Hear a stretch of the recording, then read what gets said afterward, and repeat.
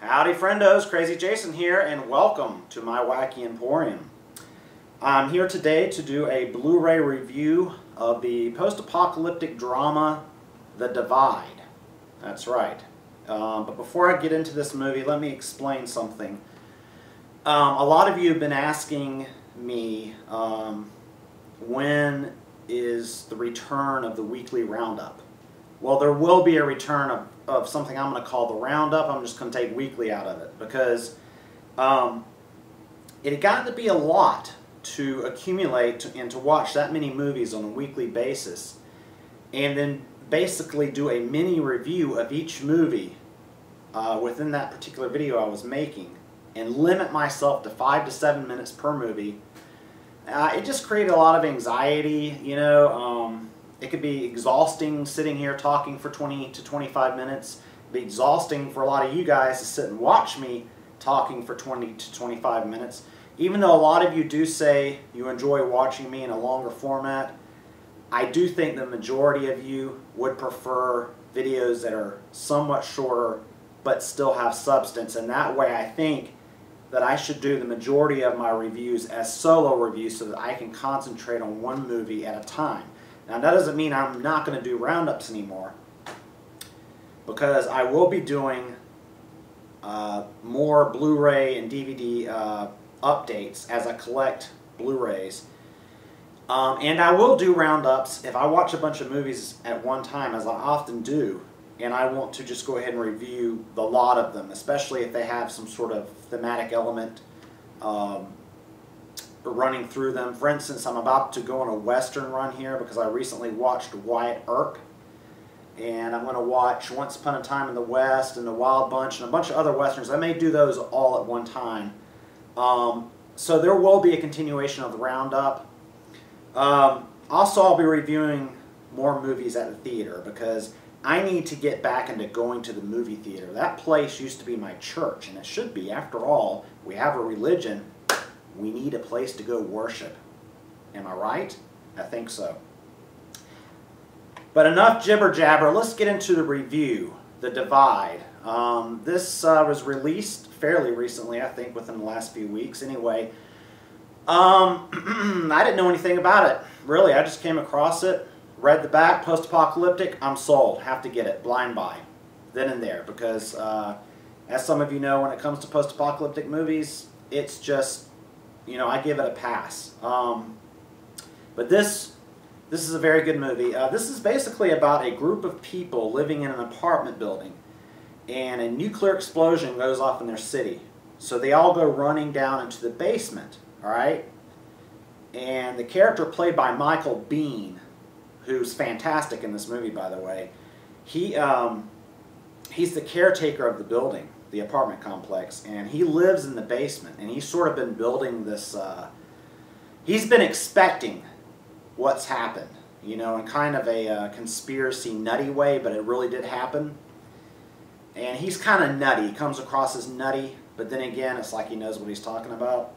And he's been storing rations down there, you know, preparing for the apocalypse. And they give hints that maybe he lost his wife and child in 9/11, so that may have sent him cuckoo. But other than that, there's not really a lot of hints as to these people's lives before they went to the basement. It's all about these characters now in the basement. So they're in the basement, right? And the majority of the film, I'd say, you know, 98% of the film, save for just a couple of scenes here and there, take place within the confines of that basement. That was a great idea for a no-budget filmmaker. Now, this was a low-budget film. I believe the budget was $3 million. But there's a big difference between a low-budget film and a no-budget film. Low-budget film is something that costs $3 million. You have access to people who will finance that kind of money, because that's still a hell of a lot of money. A no-budget film is what you and I would do. Go out with our friends and family, you know, credit cards, you know, get a couple $1,000s from mom and dad, get our friends to pitch in and work for free. And something like this is a dream idea for a no-budget filmmaker. I just wanted to throw that out there for those of you who are looking into making very low budget films. I would take a look at this film as a good example, because it's all about the script. If you can find one location with a lot of interesting characters and a twisty, turny script, you've got gold. So now, is this movie gold? It's not all gold. I do have some problems, one of which is there's this plot hole, and I understand why they did it. I understand why the writer and the director decided to go this way, and that is early on they had their door. They have this big metal door, and Michael Biehn had sealed it off with duct tape and locked it.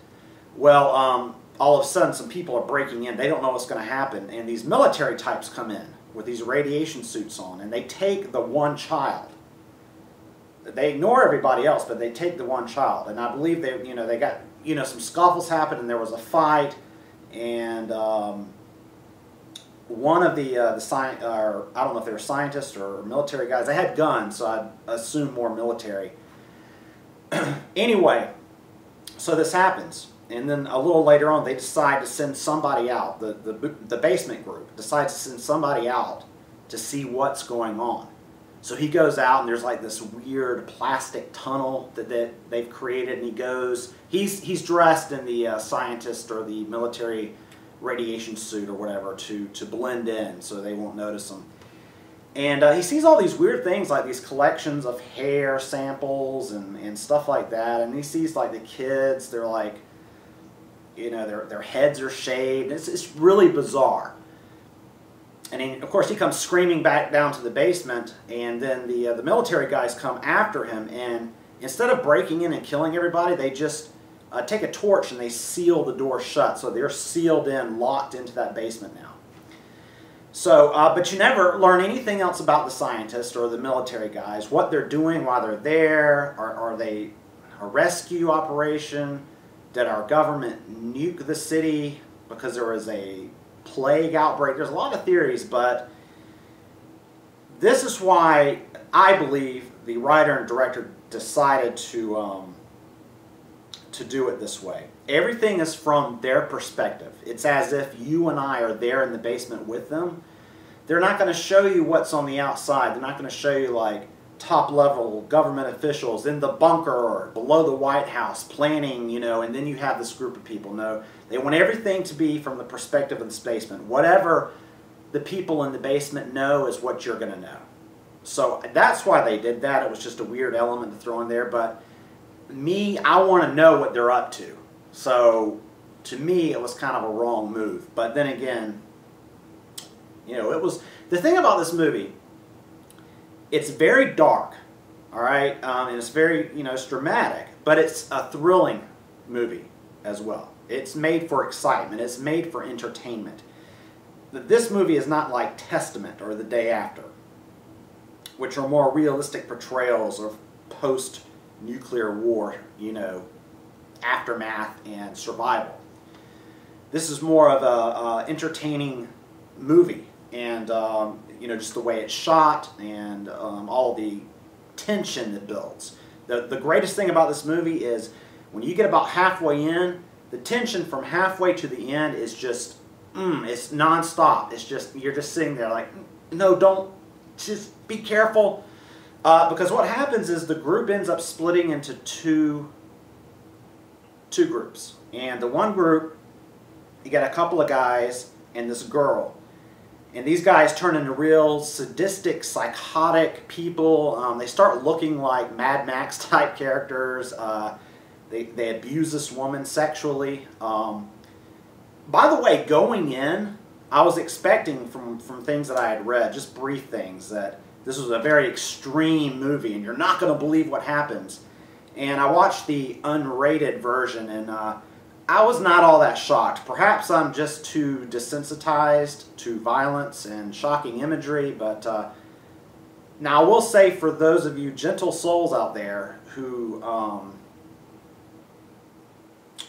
who are sensitive to disturbing imagery, I would tend to shy away from this movie. Yeah, but I think post-apocalyptic fans, fans of, you know, extreme films, horror films, dark drama, I think would enjoy this movie. And anyway, they break into two groups, and what's interesting is you've got on the other, you've got the one group where it's the two psychopaths, and this poor woman is being, you know, sexually abused, and on the other group, you've got this woman who's kind of a, she doesn't say a lot, but, you know, she's strong on the inside.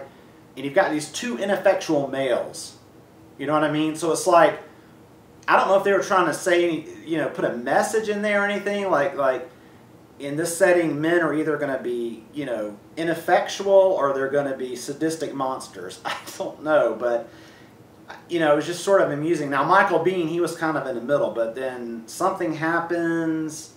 I'll just say, I'll give one spoiler away. He gets tied up at one point because he's been holding out on the rations. You find out there's a further bunker. But that's all I'm going to say, because I want to keep it relatively spoiler-free. And but bottom line, I will give this, oh, as far as the PQ, this film was shot on a Genesis HD camera as opposed to film. I wish it had been shot on film. It looks pretty good, but you can tell at times it was shot on video. At times, there's just one scene, and they keep cutting to a mid-shot of this guy, and it's very weird looking. It's like slow motion and video-ish. A lot of times the lighting doesn't match up. The darker scenes, some of them, the blacks hold really well. Some of them, though, when they're dimly lit, there's a lot of video noise. And for those of you who know the difference, there's a big difference between film grain, which to me is pleasing to the eye, and video noise, which gives away, hey, this was not originated on film. But that's just me. That's my personal preference. On the upside, it's very sharp, you know, especially on close-ups. The colors were fairly muted, but I'm sure that that was the, you know, director's and the DP's intent. So I'm sure that was a faithful rendering. I think all in all, it's probably the best this camera could produce, and it's good. It doesn't detract from the film at all. You're still on the edge of your seat. I'm just being a little nitpicky about visuals because that's just the way I am. I'm anal that way. Forgive me. But anyway, I'd give this movie a solid B+, and that's pretty good for me because you know, to give anything in the A range, it has to be exceptional for me. So if I'm gonna rate it like a school teacher rather than a 4 out of 5, I give it a solid B+. Maybe borderline on an A-. You know, I think maybe I should give it an A-. Right here and now, at this very moment, I change my mind and forthwith give this movie an A-. It's currently at Redbox, or at least at my local Redbox, so you might want to check that out. For those of you who are unsure, for those of you who are fans of the post-apocalyptic genre and love dark movies, blind buy, I think you'd be pretty safe. I'm Crazy Jason. Thanks for watching, and you've been in my Wacky Emporium, baby.